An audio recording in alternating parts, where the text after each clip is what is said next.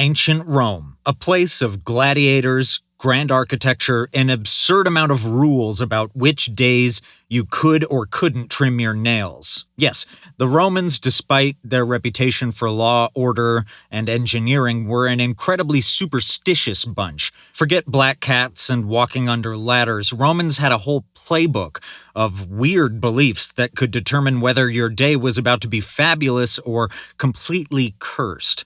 So let's dive into the wonderfully bizarre world of Roman superstitions. Romans took superstitions seriously, and nothing screamed bad omen louder than tripping over your own doorstep. If you stumbled while leaving your house, that wasn't just embarrassing, it was a cosmic slap in the face. Forget battle, business, or brunch plans. The gods had spoken, and they were saying, sit down, shut up, don't risk it. Imagine a Roman general all geared up for battle, stepping outside his villa, his polished sandals gleaming, his toga dramatically billowing in the wind, and then whoosh, one misstep, and he's face first in the dust. His soldiers freeze. His standard bearer drops the flag. The gods have made their judgment. This superstition honestly makes a lot of sense. Who wants to march 50 miles into enemy territory after already losing a fight with gravity? Fast forward to today, you wake up bleary-eyed, grab your coffee and head for the door. Your foot catches the welcome mat, and suddenly you're sprawled across the sidewalk. Boom. Roman logic says that's a sign. Work? Canceled. Gym? Nope. Date? Forget it. Stay inside, make tea, and avoid eye contact with the universe. Honestly, this might be the one Roman superstition we should bring back. Ever had a bad day and thought, well, I must have just woken up on the wrong side of the bed? Romans would have taken that to a whole new level. They believed that stepping out of bed with your left foot first was basically inviting disaster. The left side was associated with the unlucky, the unclean, and in many cases, the underworld. The word for left in Latin, sinister, literally gave us the modern word for evil. But why the left foot? The Romans, like many ancient societies, had deep-rooted ideas about symmetry and balance. The right side was linked to order, prosperity, and divine favor, while the left was, well, the absolute worst. If you were a lefty in ancient Rome, life wasn't easy. The idea possibly traces back to the Etruscans, Rome's precursors, who viewed left-handedness with deep suspicion, probably because most people were right-handed and anything different was clearly a bad omen. You'd be considered unlucky, and if you were particularly unlucky, people might start whispering that you were cursed by the gods. Imagine a Roman soldier getting ready for battle. He's spent hours polishing his helmet, adjusting his tunic, and psyching himself up for a day of glorious combat. Then he steps out of his tent with his left foot first. Everything stops. The other soldiers gasp. The centurion narrows his eyes. Sorry, Maximus, you're staying behind. We don't need that kind of energy today. And just like that, Maximus spends the day cleaning sandals instead of earning his place in the history books. The fear of stepping out with the left foot wasn't just limited to battlefields. Merchants hesitated before entering the marketplace, fearing they'd make no sales if they started off on the wrong foot, literally. Ordinary Romans were wary of it too. Imagine running a bakery in Rome, waking up at dawn to prepare your best honey cakes, stepping outside, realizing it was the left foot first, and knowing your entire day was doomed. Might as well go back to bed. Try again tomorrow. If tripping on doorsteps and cursing left feet were not enough, Roman superstitions were also concerned with bird watching. Yes, Romans had an elite group of officials whose entire job was bird watching for omens. No, not the cute backyard kind of bird watching. These guys, called augurs, would interpret whether Rome was about to have a good or bad day based on the way birds flew, how they chirped, or whether they even bothered to show up. Where did this come from? The Romans inherited much of their religious and superstitious traditions from the Etruscans, who believed that the gods communicated their will through nature. Birds, with their ability to soar between the heavens and the earth, were thought to be messengers of the divine. If an eagle flew overhead before battle, that was a thumbs up from Jupiter. If a crow landed near your villa and started cawing aggressively, maybe rethink your weekend plans. The process of bird-based decision-making was taken incredibly seriously. Before any major military campaign, political decision, or temple dedication, augurs would stand on high ground and observe the birds. They had a whole system for interpreting what they saw. The direction a bird flew, the way it flapped its wings, the sounds it made, everything mattered. Some days it must have felt like the fate of Rome depended entirely on whether a seagull felt like making noise. One of the most infamous cases of bird-based disaster involved Publius Claudius Pulcher, a Roman general who in 249 BCE was preparing for a naval battle against Carthage. As per tradition, he consulted the sacred chickens. Yes, sacred chickens were a thing, to see if the gods were on his side. Normally, if the chickens ate eagerly, it was a sign of divine approval. But these particular chickens refused to eat.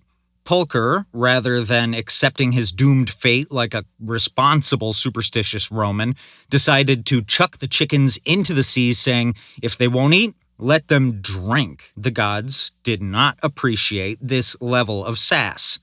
Pulcher's fleet was utterly destroyed in battle, and he became the textbook example of what happens when you disrespect the sacred poultry. Let this be a lesson. Always listen to the chickens. Even beyond military matters, birds influence daily life. Going to sign a business contract? Better make sure you saw some doves first. If you were heading to the market and a raven croaked at you, that was a clear sign to turn back. The Romans would have had a panic attack at an aviary. The Romans were firm believers in the eyes forward, never back philosophy. Looking over your shoulder as you left a place, especially a house, temple, or sacred site, was considered an open invitation for misfortune, ghosts, or just general cosmic bad vibes to latch onto you. Think of it as the ancient version of the never turn around in a horror movie rule. The gods apparently had zero tolerance for nostalgic exits. You want to get out safely? Then keep moving like you're in a dramatic slow-motion scene where everything behind you is exploding. And then there's Julius Caesar. Picture him standing on the banks of the Rubicon, ready to change history. A solemn moment. He steps forward, then turns back for one last dramatic gaze at Rome. Cue divine facepalms. Jupiter sighs, "You absolute fool, you've doomed us all." Fast forward to today. If Romans were still around, they'd be that one friend screaming, "Don't look back," when you leave the office, just in case the stress follows you home. Or the overly cautious traveler convinced that glancing back at an airport gate is the reason they missed their flight. Not my fault. The gods have spoken. Romans also believed that certain activities had to be done on certain days, weeks, and times of the month. For instance, haircutting wasn't just about style in ancient Rome. It was a spiritual minefield. Cutting it on the wrong day, a disaster waiting to happen. Think of it as Mercury retrograde, but worse, because instead of bad communication, you might be inviting bad spirits, sickness, or even early death. Certain days were deemed sacred to the gods, and on those days, touching your hair with a blade was a straight-up challenge to fate. Want to look fresh for a big event? Better consult the Roman calendar first or risk a divine smiting. And don't even think about your nails. Cutting them on an unlucky day, that was basically ancient Rome's equivalent of walking under a ladder while breaking a mirror on Friday the 13th. Superstitious Romans probably spent half their lives looking like overgrown forest creatures just to avoid getting on Fortuna's bad side. No wonder Roman hairstyles were elaborate. People had to make their haircuts last as long as possible to avoid tempting fate. And here we are in the modern world, blissfully unaware of our ancestors' struggles, recklessly getting haircuts whenever we please. Bold, reckless, possibly cursed. It gets worse. Romans loved weddings, big, lavish, festival-level parties full of food, wine, and enough flower garlands to suffocate a centurion. But when it came to choosing a date, absolute chaos, because according to Roman superstition, getting married in the wrong month wasn't just unlucky, it was a direct RSVP to a lifetime of doom. Take May, for example. May was dedicated to Lemuria, a festival where Romans tried to appease restless ghosts. You know, the ones who weren't exactly thrilled about being dead, so naturally weddings were a no-go, because what bride wants uninvited, vengeful spirits crashing the ceremony?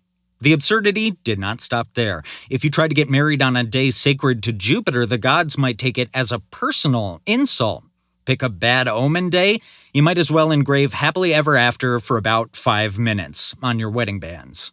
Modern wedding planning is stressful enough, but imagine hiring an astrologer, a priest, and a chicken sacrifice consultant just to lock in a date, and then having to explain to your relatives why your wedding got postponed because the local augur saw a bird flying in the wrong direction. So, numbers mattered in ancient Rome, especially when it came to superstitions, but not the one you think. Modern folks freak out over 13, but the Romans? Oh no, their ultimate nightmare number was 17. Why? Because in Roman numerals, XVII can be rearranged to spell VIXI, which in Latin means I have lived. And as every Roman knew, that was just a poetic way of saying, well, I'm dead now. So 17 wasn't just unlucky, it was practically a death sentence. Even gladiators were in on the paranoia. Betting on a charioteer with the number 17 might as well burn your money as an offering to the gods. If a merchant's sales report added up to 17, they'd shut down for the day and make an emergency sacrifice, just to be safe.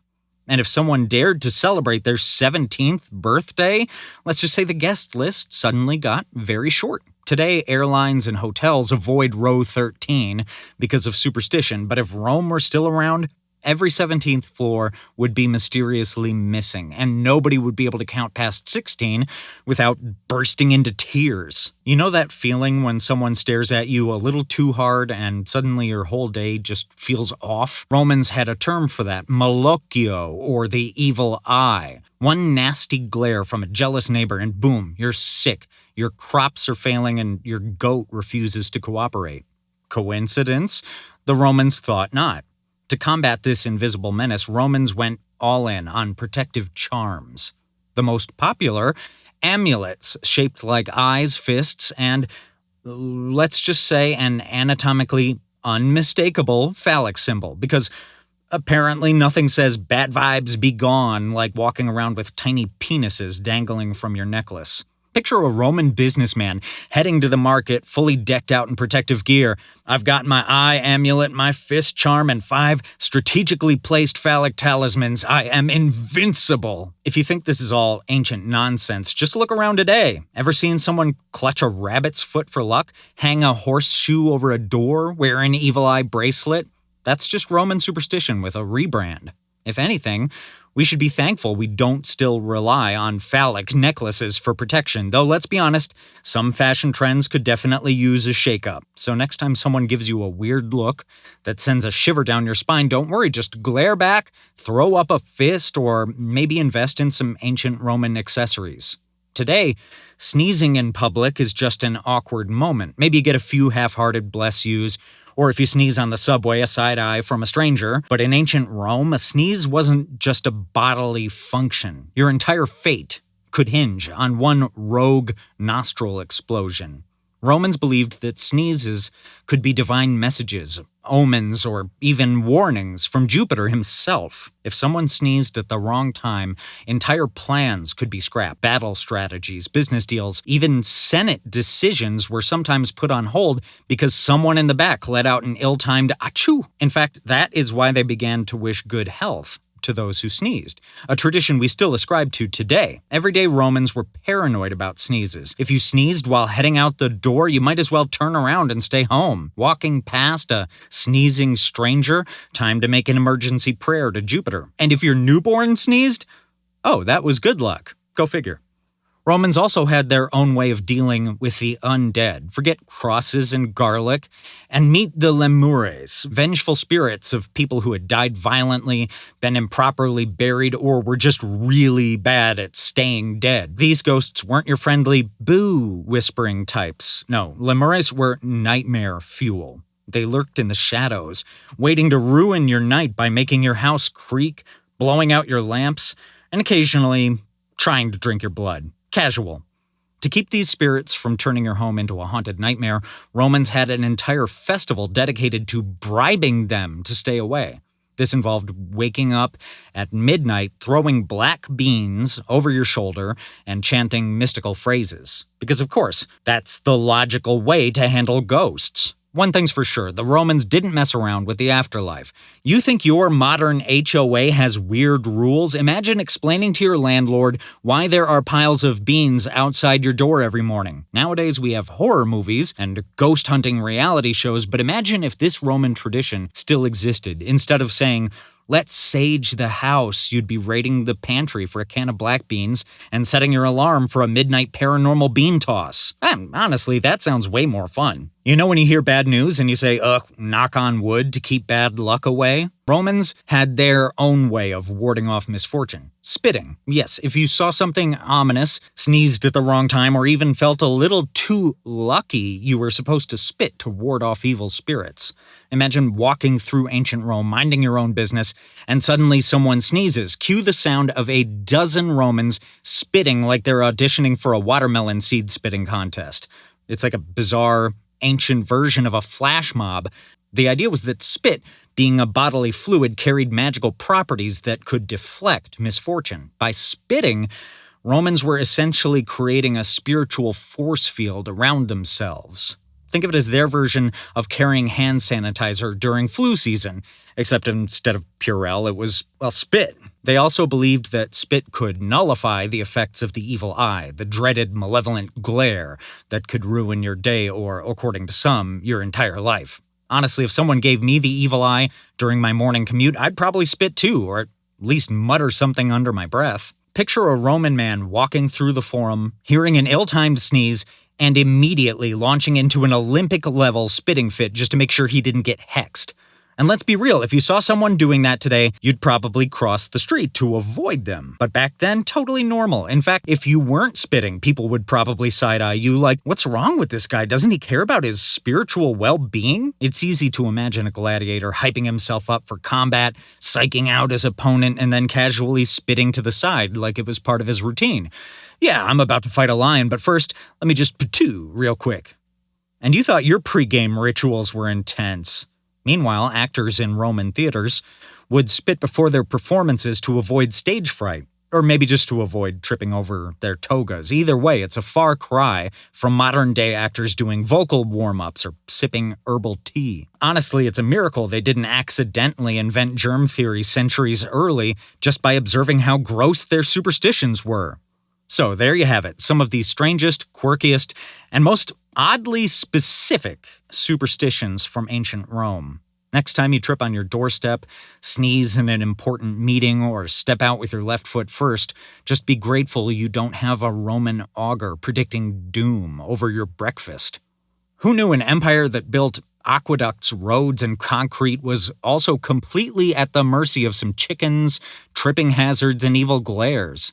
And hey, if you ever find yourself in a pinch, just remember, a little spit might not solve all your problems, but at least you'll be carrying on a proud Roman tradition.